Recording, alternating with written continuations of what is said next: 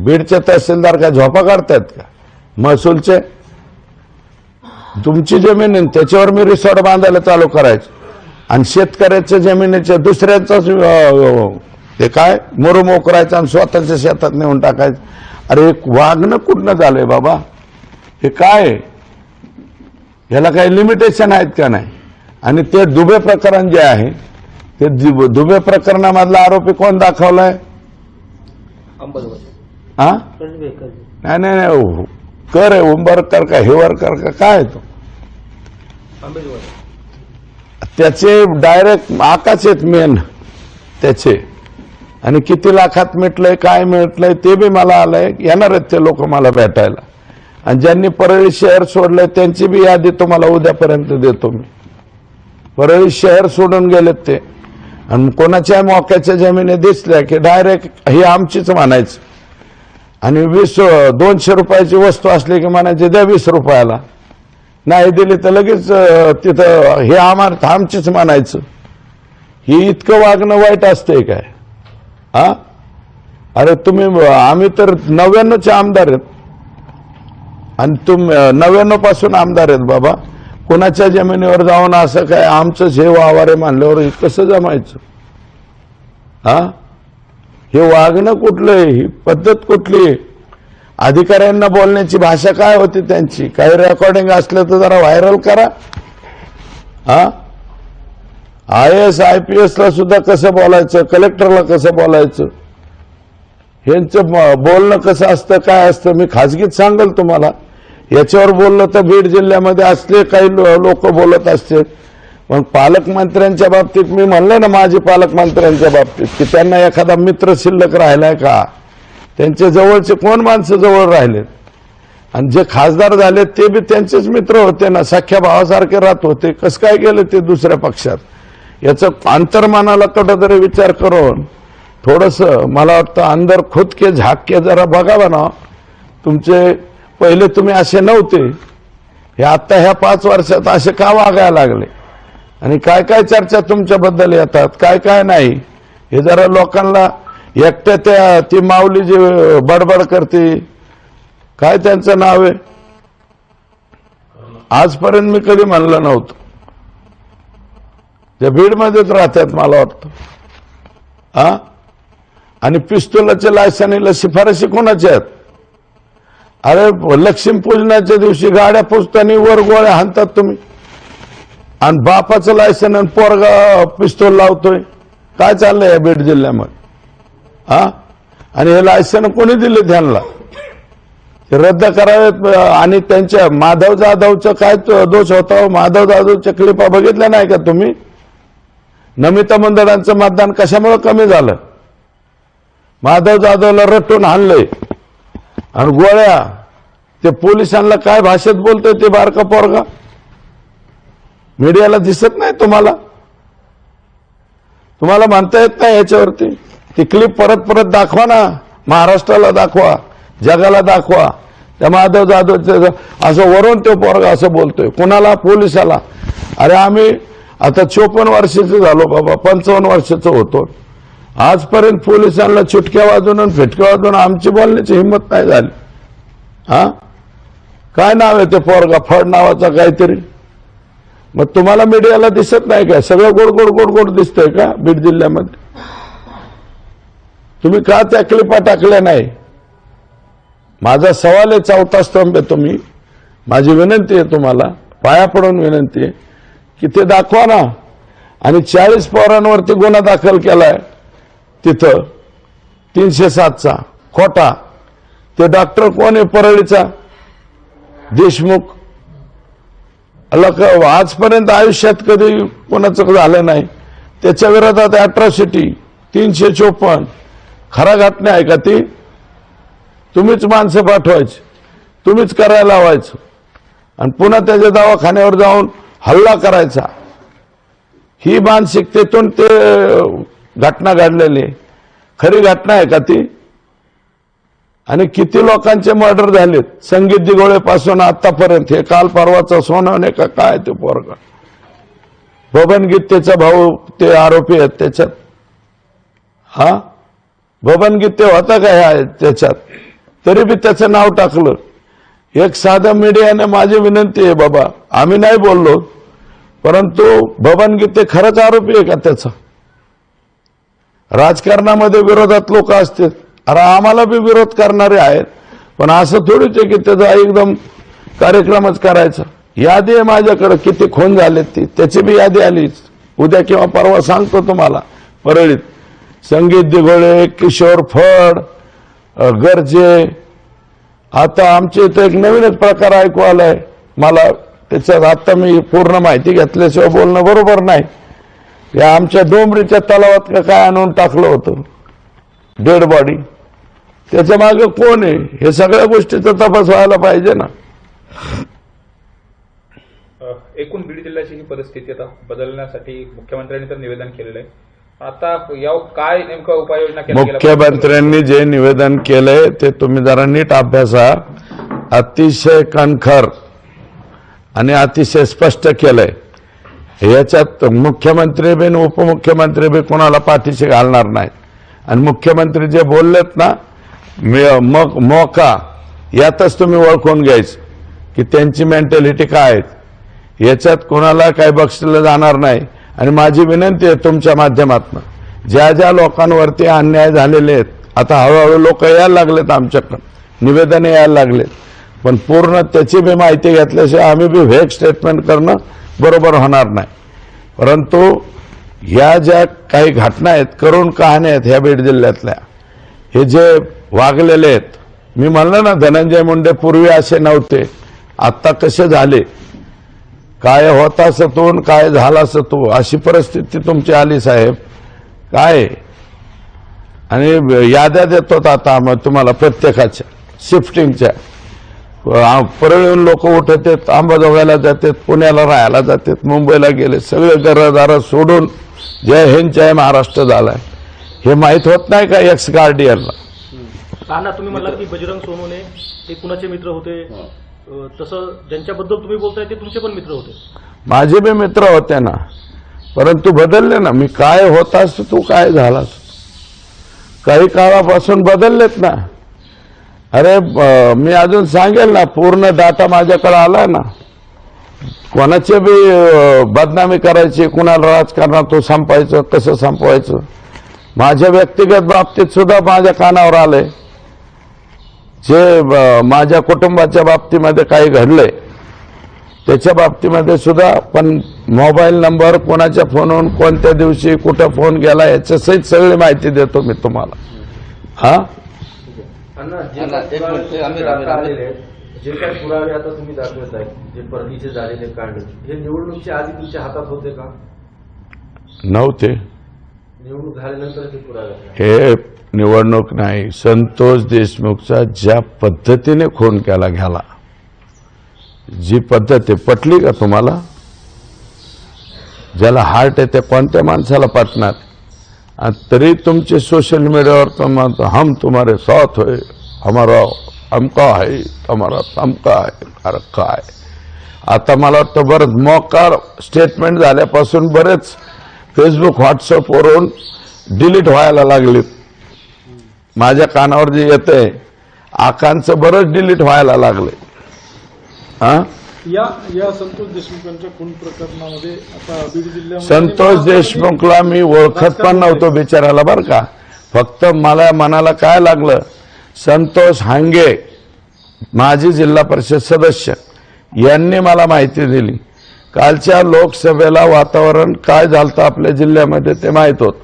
मस्साजोग हे मराठा समाजाचं गाव आहे आणि पंकजाताईंची रॅली चालवणार होती. संतोष हांगे तर ते पोरगा तो इतका चांगला होता की संतोष हांगेंचं जे गाव आहे त्या गावाचं खरंच चांगलं डेव्हलपमेंट संतोष हांगेंनी केलेलं आहे.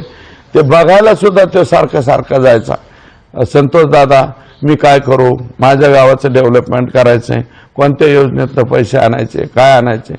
आणि ह्याच संतोष हांगेंनी स्वतः मला फोनवरती सांगितलंय की रॅली चालू व्हायची पंकजाताईंची, तुम्हाला सत्कार करावा लागणार.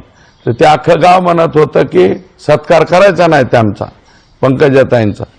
पण तरी संतोष दादा म्हणल्यामुळं ते म्हणलं नाही बाबा आपल्या गावातून यायच्यात, तिथून रॅली जायची, सत्कार.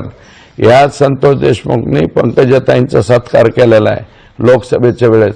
आणि आता नमिता मुंदडांचा बूथ प्रमुख राहिलेला आहे भारतीय जनता पार्टीचा. भारतीय जनता पार्टीचा मी आमदार आहे. माझ्या पक्षाच्या बरं का बूथ प्रमुखाची जर अशी इतकी भयानक स्वरूपामध्ये हत्या झाली, त्याच्यामुळं मी याच्यामध्ये जास्त पडलेलो आहे. पर्सनली कोणाचा काही संबंध नाही. हत्या ज्या पद्धतीने केली ती तुम्हाला पटली असते तर बघा. आणि संतोष ते गरीब आहे लेकरू, तुम्ही गेलात ना सगळेजण. 7 पत्र्याचं घर आहे का किती येतच आहे का त्याला स्वतःचं घर? अण्णा हा तुम्ही काय विचारत होता अगोदर? राज्याच्या तुम्ही विचारा, तुम्ही अगोदर विचारलं होतं ना. संतोष देशमुखांच्या खून प्रकरणामध्ये जिल्ह्यात आणि राज्यात आता राजकारण होतंय आणि जे पालकमंत्री होते आधीचे त्यांना आता टार्गेट केलं जातं या सगळ्याच्या. टार्गेट अजून टार्गेट नाही, टार्गेट केलं जातंय असं काय संबंध आहे त्यांचा? मग हे कोण आहेत त्यांचे? ते स्वतःच म्हणलेत ना. आणि पालकमंत्री यांनी 12 डिसेंबरला या राज्यामध्ये R.R. पाटील साहेबांचं एका स्टेटमेंटवरती, ते बी त्यांना हिंदी नीटनाटकी येत नव्हती, मला वाटतं त्याच्या मनात ती भावना नसेल R.R. पाटलांची बरं का. रामशे बंधूचं ते कोण हिरो का काय निर्माता हिंडला म्हणून विलासराव देशमुखांचं मुख्यमंत्रीपद गेलंय. मुलीचे मार्क वाढवले म्हणून निलंगेकर पाटील साहेबांचं मुख्यमंत्रीपद गेलं. R.R. पाटलांचं बडे बडे शहरों में छोटी छोटी घटना असं काहीतरी स्टेटमेंट झालं. डायरेक्ट मुंबईनं अंजनीला पाठवले. 12 डिसेंबरला आपले एक्स गार्डियन कोणत्या भाषेत बोललेत तुमच्या समोर? त्या क्लिप का परत फिरवत नाहीत तुम्ही? त्याचा राजीनामा मागणं. अहो एक मिनिट ऐका, मी कुठं राजीनामा मागतो? ते राजीनामा वगैरे ते निर्णय मुख्यमंत्री उपमुख्यमंत्री करते. ते काय भाषेत बोललेत? महाराष्ट्रातल्या कोणत्या जिल्ह्यात किडनॅपिंग होत नाहीत का? मर्डर खून होत नाहीत का? साऱ्या देशामध्ये. म्हणजे तुम्ही समर्थन देताय का या संतोष देशमुखचा खून करणाराला? ती तुमची लँग्वेज काय, बॉडी लँग्वेज काय आहे त्यांची? मग कोणतंही तुम्ही पत्रकार बांधवांना माझे हात जोडून पाया पडून विनंती आहे, हा त्या लँग्वेजवरती तुम्ही का बोलले नाही? अतिशय सुंदर स्टेटमेंट आहे का ते? आणि कुठून करताय तुम्ही? गोपीनाथ गडावरून. गोपीनाथ मुंडे साहेबांची समाधी असलेलं ठिकाण आहे ते. त्या समाधीच्या ठिकाणावरून जे स्टेटमेंट झालेलं आहे जरा तुमच्या पोर्टलवरती काढून टाकलंय का? आहे जागेवर सगळ्या मीडियाच्या. माझी महाराष्ट्रातल्या तमाम जनतेला विनंती आहे की ते स्टेटमेंट बघा, ती बॉडी लँग्वेज बघा. आणि त्याच्यामध्ये बी चष्मा असा ढकली ते स्टाईलमध्ये. अहो तुम्ही कोणत्या दुनियात येत? वागत आहे कसं? असं स्टाईल, चष्मा. संतोष देशमुखच्या खून प्रकरणाच्या याला उत्तर देताय तुम्ही मीडियाच्या समोर. आणि तुमची स्टाईल काय आहे? धनुभाऊ भाऊ म्हणतो मी तुम्हाला. मग याचा अर्थ असा आहे की तुम्हाला सिरियसनेस काय आहे का? संतोष देशमुखचं झाला असं कुठे बी होत असतं असं म्हणलेत ते. तुमच्या ह्याच्यावर आहे का? नसलं तर टाका ना परत एकदा. गोविंदजी पाया पडून विनंती आहे तुम्हाला. पडू का पाया? तुम्ही माझ्यापेक्षा कमी वयाचे पाया पडतो बाबा तुमच्या. हा अरे काय वागणे? पिस्तूल कोणाकडे पिस्तूल आहे? आमच्या पाटण तालुक्यात काय गँग तयार झाल्या? हा अरे जर्मन मेड असलेले ते हे त्या पवन चक्क्याच्या काय म्हणते ते वर चढवायचं मशिनरी आहेत, किती बाऱ्या फोडल्यात. तिथल्या तारा किती वेळा चोरून नेतात? कोण चोरून नेतात? हे गँग्स ऑफ वशेपुरचे सगळं आकाचे सगळे माणसं. इतकं बिभत्सवानं चित्र झाल्यावर जो माणूस अजूनही म्हणतो माझं ऑब्जेक्शन आहे, धनंजय मुंडे साहेबांचं 12 ऑक्टोबरचं जे स्टेटमेंट आहे ते उन्मादाचं स्टेटमेंट आहे. ते तुम्हाला गर्व झाल्याचं स्टेटमेंट आहे. आणि तुम्हाला सिरियसनेस नसल्याचं स्टेटमेंट आहे. संतोष देशमुखच्या खून प्रकरणावरती जे त्यांचं स्टेटमेंट आहे ना, ते स्टेटमेंट परत एकदा काढून फिरवा ना महाराष्ट्राच्या समोर. का फिरविनात तुम्ही? बस चालायचं कसं? एक मिनिट अण्णासाहेब, आपण देखील मंत्री राहिला, राज्यमंत्री राहिलो. राज्यमंत्री राहिला. आपल्याकडे तत्कालीन एक अधिकारी होते, जिल्हाधिकारी, त्यांनी एक पुस्तक लिहिलं होतं, हो. बीड एक ज्ञान. त्यामध्ये तुमच्याबद्दल पण त्यांनी काही वक्तव्य केलं होतं. हो, केलंय ना माझ्याबद्दल. मी कालच विचारलं, मी ते सोशल मीडियावरचा राजकारणाचा फळ याच्यावरती वाचलं मी. त्यात काय म्हणलंय, मी शिक्षकांच्या बदल्या चाललेल्या होत्या, ते सगळं दप्तर मी डोक्यावर उचललं, घेऊन गेलो, त्याच्यावर माझ्यावर केस झाली. एक मिनिट ऐका, तुम्ही काही टेक्निकल पॉईंट विचारू नका. तुमचा माझा इरादा माझ्या लक्षात आलेला आहे. तुमचा इरादा लक्षात आलाय. तुम्ही धनंजय देशमुखला कोणत्या पद्धतीने प्रश्न विचारतात हा सुद्धा इरादा माझ्या लक्षात आलाय. तुम्ही माझे मित्र आहेत, परंतु तुम्ही चुकीचं विचारताय. काय माझं त्या कोचे साहेबांनी काय लिहिलंय ते दप्तर मी उचललं, घेऊन गेलो. शिक्षकांच्या चुकीच्या पद्धतीने बदल्या होऊ नये. बीड जिल्ह्यातल्या गोरगरिबीच्या लेकरांच्या, मला वाटतं माने साहेब CEO नवीन आले होते, माझ्यावरती गुन्हा दाखल झाला. मी कोणाचं काय हडपलंय का कोणाचं काय केलं, असं काय असलं तर दाखव बा. मी शिक्षकांच्या बदल्या, आणि ती शिक्षकांच्या बदल्यांची वेळ नव्हती, चुकीच्या वेळी ते बदल्या करत होते, आणि त्या जर बदल्या झाल्या असत्या तर लेकरा बाळांचं नुकसान झालं असतं गोरगरिबाचं. मी जिल्हा परिषदेच्या शाळेवर फार बारीक लक्ष देतो साहेब. का? गोरगरिबाचे, दीनदलिताचे, दुबळ्याचे पोरं जिल्हा परिषदेच्या शाळेत, फादर बास्को, डिस्को, फाफ्रो असले काही जे नावं असते, ते एवढ्या शाळेत गरिबाचे लेकरं जाऊ शकत नाहीत टाय घालून, बुटं घालून. म्हणून माझ्या कोचे साहेबांनी लिहिलं असेल, अतिशय आनंद आहे. जे लिहिलंय ते प्रसिद्ध करा, पोर्टलवर टाका, आणि त्यात माझी काही चूक असेल मी तारखा केल्यात, आणि ती केस सुद्धा मायबाप न्यायालयाने सोडली, मला निर्दोष मुक्त केलंय त्याच्यात. अण्णा, अंजली दमानिया यांनी या प्रकरणात आरोप केले, तर यातील आरोपींचे काही नेत्यांशी देखील संबंध आहेत व्यावहारिक, याबद्दल देखील त्यांनी भाष्य केलं. ज्यांच्याशी संबंध असतील, अंजलीताईंनी जर त्या ठिकाणी बोलले असतील तर ते व्यावहारिक संबंध हे ते सगळंच तपासावं.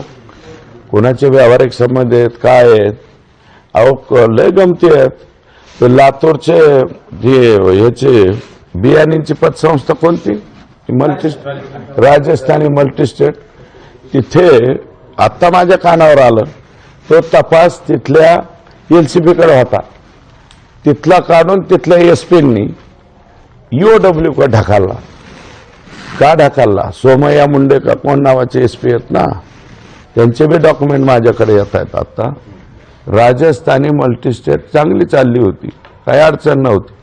कर्ज कोणी द्यायला लावलं? आकांनीच कर्ज द्यायला लावलं त्यांच्या माणसांना, बुडवायला लावलं त्यांच्याच माणसांना. आणि परत एका दिवशी ह्यांनीच बाबाटा केला, बुडाली बुडाली बुडाली गेलं ते बियाणे आतमध्ये. चांगलं चाललेलं. आणि लातूर जिल्ह्याचे SP यांच्या बऱ्याच तक्रारी माझ्याकडे आल्या. हा तपास जाणीवपूर्वक LCB-कडून काढून UOW-कडे त्यांनी दिलाय, आणि त्याच्यामध्ये प्रॉपर्टी डील काहीतरी मोठ्या प्रमाणात या आकांचंच आहे. आका म्हणतो मी त्यांना, अक्का नाही, चुकून अक्का म्हणू नका, अक्का आईला म्हणतात. माझ्या स्वतःच्या आईला मी अक्का म्हणायचो. तुमच्यापैकी कोणाच अक्का, बाई, आई आपण म्हणतो, तसं अक्का हा शब्द नाही, आका. हे राजस्थान मल्टीस्टेटचे जे तपास बदललेला आहे, तिथे मला वाटतं आता शहाजी उमाप साहेब आलेत. उमाप साहेबांना मी पत्र लिहिलंय की हा तपास कशामुळं जाणीवपूर्वक सोमय्या मुंडे साहेब जे SP आहेत त्यांचाही याच्यामध्ये काही वाटा आहे का, हात आहे का, हा सुद्धा तपासावा, हे मुख्यमंत्र्यांनाही निवेदन. हिंदू नामावलीचा प्रश्न तुम्ही उपस्थित केला, कशा पद्धतीने बीड जिल्ह्यामध्ये हिंदू नामावलीचा प्रश्न आहे? हिंदू नामावलीचा घोटाळा 2014च्या नंतर सुरू झाला. जवळपास 700 शिक्षक एक खाटे एक्स्ट्रा झाले, आणि फक्त शिक्षकांच्याच बाबतीत नाही, पोलीस दलामध्ये, महसूलमध्ये आणि सगळ्याच विभागामध्ये एससीच्या जागेवर बी लोक येत आहेत. एससीच्या जागेवर पोस्टिंग कशाच्या जागेवर? एसटी, मायक्रो ओबीसी, व्हीजेएनटी, अ ब कडवरती सगळ्यावरती बी ठराविकच कर्मचारी येत आहेत. कुणाकडून वशिला लावतेत, कुणाकडं जातेत आणि बदल्या करून येतात. इथल्या संपूर्ण बीड जिल्ह्याच्या प्रशासनामध्ये 50% जास्त एकाच प्रवर्गाचे लोक कसे काय आले आणि हे कसे काय ऍक्सेप्ट केले गेले याची संपूर्ण चौकशी करावी लागेल. आणि मस्साजोगला संतोष, मला वाटतं देशमुखांच्या गावात मी हे स्टेटमेंट केलेलं आहे आणि तुम्हीच होते माझे मित्र, हो बरं का, तुम्हीच होते आणि तुमच्याच पुढे मी स्टेटमेंट केलेलं आहे की बीड जिल्ह्यातले बिंदू नामावलीप्रमाणे जागा काढायच्या आणि ज्या घटकांवरती इतर सर्व घटकावरती अन्याय होतोय, एकाच कॅटेगरीतल्या एका प्रकाराचा सोडून बाकी सगळ्या घटकांवरती अन्याय होतोय, त्या सगळ्या घटकांचे लोक बाहेर अडकलेत तर ते जिल्ह्यात आले पाहिजेत आणि एकाच कॅटेगरीचे अतिरिक्त झालेले लोक या बीड जिल्ह्यातून बाहेर गेले पाहिजेत. हे आम्ही 100% जिथं मांडायचं तिथं मांडू. आणि माननीय कमिशनर जे आपले आहेत त्यांनाही माझी विनंती आहे की त्यांनी लवकरात लवकर बिंदू नामावली तपासावी आणि लगेच सरकारकडे रिपोर्ट करावा असं मी लेखी पत्र देणार. विधानसभा निवडणुकीमध्ये स्टार प्रचारक म्हणून भाजपकडून पंकजा मुंडे यांचं नाव आघाडीवर होतं. तुम्ही देखील 2-4 सभेंना त्यांना आमंत्रित केलं. 4 नाही 2 सभेला 2 सभेला आमंत्रित केलं. तुम्ही 80,000 निवडून देखील आला. हो पंकजा मुंडे दुसरीकडे मंत्री देखील झाल्या. हो आनंद आहे. तुम्ही मात्र शुभेच्छा दिल्या का? मी शुभेच्छा देणारही नाही ना, आधीच सांगितलं देणार नाही, अजूनही देणार नाही, काही संबंधच नाही. 440 बूथची यादी घेऊन जा, रात्रभर अभ्यास करा आणि उद्याच्याला प्रश्न विचारा, संपला विषय. पुढे बोला. आणि शेवटचा प्रश्न, मसाजोग या ठिकाणी राज्याचे मुख्यमंत्री देवेंद्र फडणवीस येणार आहेत अशी चर्चा 2 दिवसापासून सुरू आहे.